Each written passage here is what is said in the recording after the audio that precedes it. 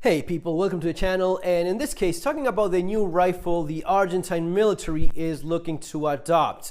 What is it that they have right now? What is it that they're considering? And some humble opinions regarding the best way to go about all of this. Before we go on, remember that if you want to learn more about survival preparedness, you have Surviving the Economic Collapse, going through just that in Argentina myself, as well as Street Survival Skills, where I share a lot of things learned over the years, a lot of self-defense, using of tools to defend yourself, your family, your home, defensive driving, a ton of practical information regarding skills that will be very useful in some of the more complicated situations that you may come across in life. So what is it that's happening in Argentina with this new adoption of a rifle? What is it that they have right now? Well, right now the Argentine military uses the FAL. The FAL, that's not this one. This is a Stair FAL that's made in Austria. But well, the Argentine one is kind of very similar to that, with a few little differences here and there. Still an FAL. That's a heavier battle rifle. That's a 762 by 51 NATO round. It's a powerful gun. It's a little bit of a bigger gun. It's an old gun as well. Now, is it that just because it's old, it's no longer useful? Well, you know, not really. In many ways, it is a powerful rifle. Same 20 round magazine that you had in any modern 308 or 762. It has a short stroke gas piston system, which is now the cool way to go about it. Now that direct gas impingement is a little bit less popular than it used to be, especially for guns that are going to be used a lot, and maybe cleaning and maintenance is simplified by not having that gas going directly into the mechanism of the gun itself. So it's basically, it's a semi-automatic 762, one of the more reliable, proven designs ever made, right? There's really not a whole lot wrong with your FAL. In fact, the FM FAL made in Argentina, if you're going to be buying it in the United States, it's going to be very expensive. It's probably going to be one in new condition, an Argentine FAL made by FM. It's probably going to be more expensive than your Spear if you buy it right now, right? So you have to keep that in mind. At the same time, the Argentine military has been looking to replace the FAL with something more modern, lighter, basically going the same way the United States and the rest of the world has gone a long time ago, meaning an AR platform, an M4 type of gun, right? That's a Colt M4. It's not exactly that, but very close to it. 14.5-inch barrel. My little aim point is a little bit smaller and lighter, but basically you know what you're looking at, right? You're looking at an AR rifle. And the AR is the way in which pretty much all modern militaries that have the budget to do that have gone with. Everyone around the world has gone with some kind of AR or another. Maybe a little bit more modern, maybe short stroke gas piston update kind of design, but basically AR is what you want to use. Why is it that this happened in the first place? Well, lighter guns, less recoil, men being less strong than they used to be, and this is surprisingly, I'm shitting you not, it is a fact that men are significantly less strong than they were 56 years ago. I think it's like 20% less strength than men not that long ago. So because of all of those reasons, less recoil, and again, lightweight, cheaper to make. The bullet is smaller, the bullet requires less materials. It is going to be cheaper to manufacture, and it's going to be lighter to ship around the world and to carry for each soldier.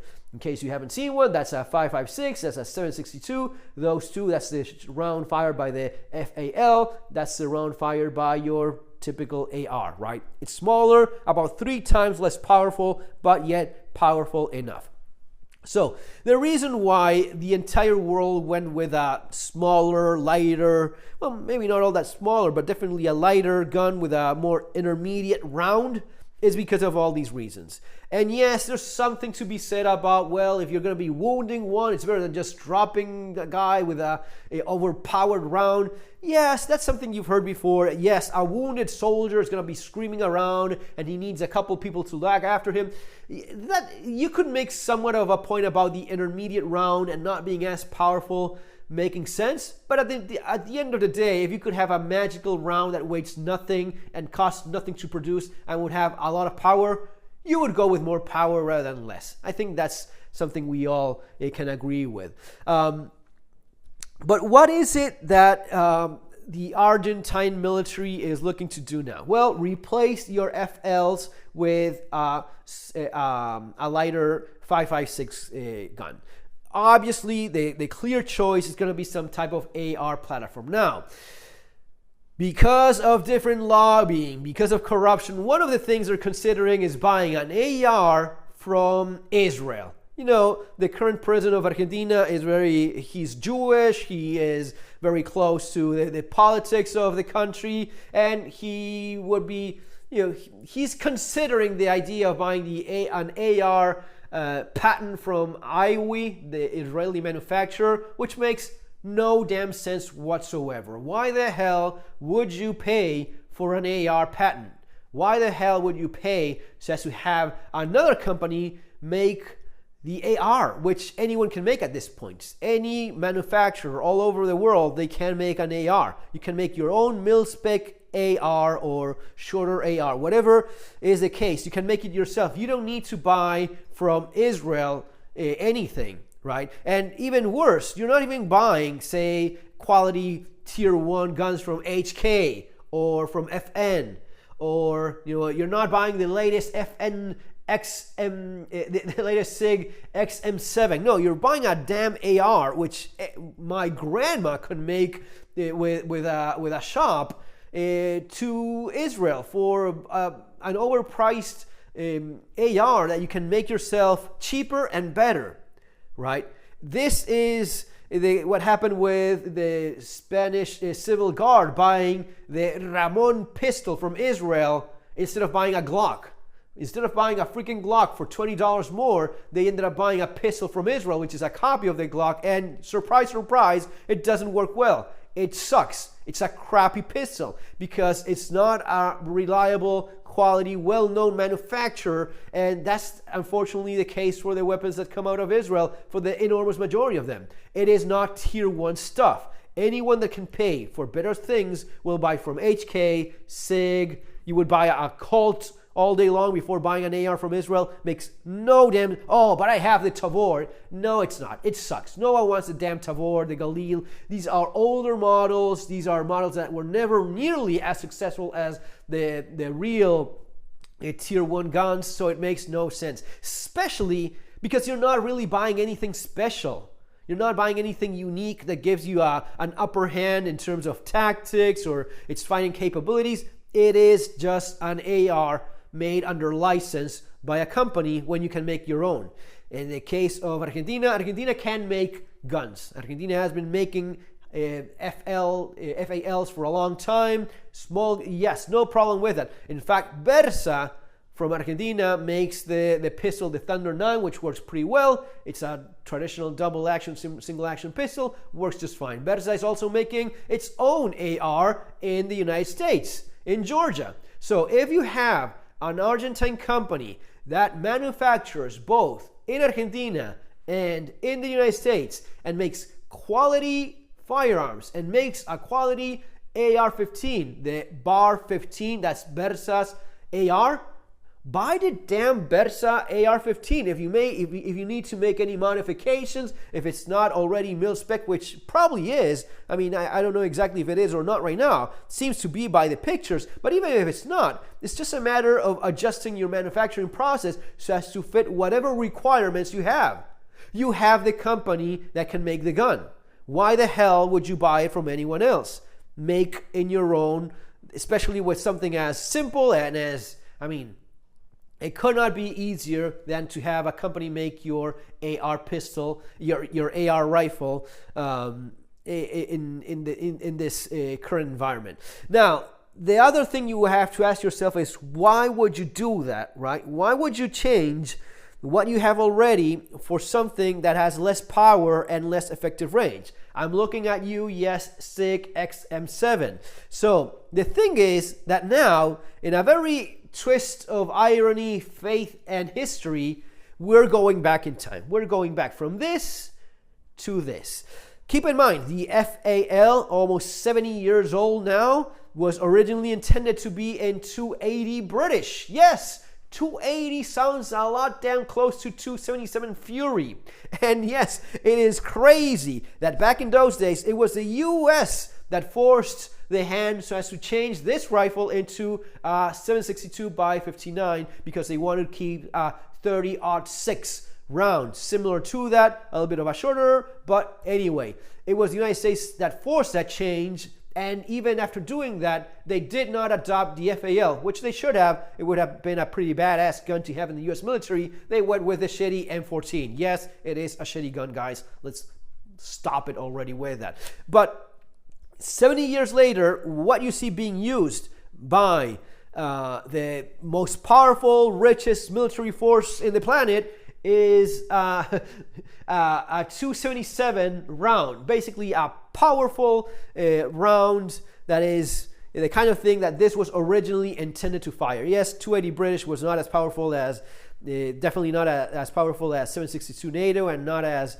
powerful as 277 Fury with its 6.8 by 51 round, but hell, it is very close to that. Why is it that you see this change? Why is it that the US is now going from the lighter medium power round to the heavier gun? And again, the M4, that's a 6.4 pound gun loaded with a 30 round mag. That's a 7.7 pound round gun for the M4. So it's 7.7 pounds versus almost 10 pounds for your XM7 with magazine and whatnot, maybe even more. So you're looking at a gun that is considerably heavier than your current M4.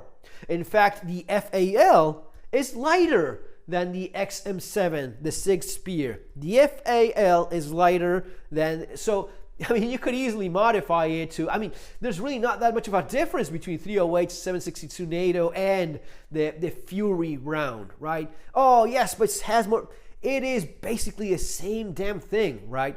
There's this point of why is it that the Argentine military should replace their existing FALs, which already have the short stroke gas piston, the more powerful round, that 20 round magazine that's 3 times as powerful as the lighter. Why would you change that when it's currently the case that the US military is going back to the heavier, more powerful round? And why is it that this is happening in the first place? Well, because a few things have been learned. Yes, lighter and less recoil is always nice until you actually have to fight someone that is 500 meters away, 600 meters away, behind a wall made of bricks. Even if it's a mud brick, it's still a damn brick, and you have to punch through that thing.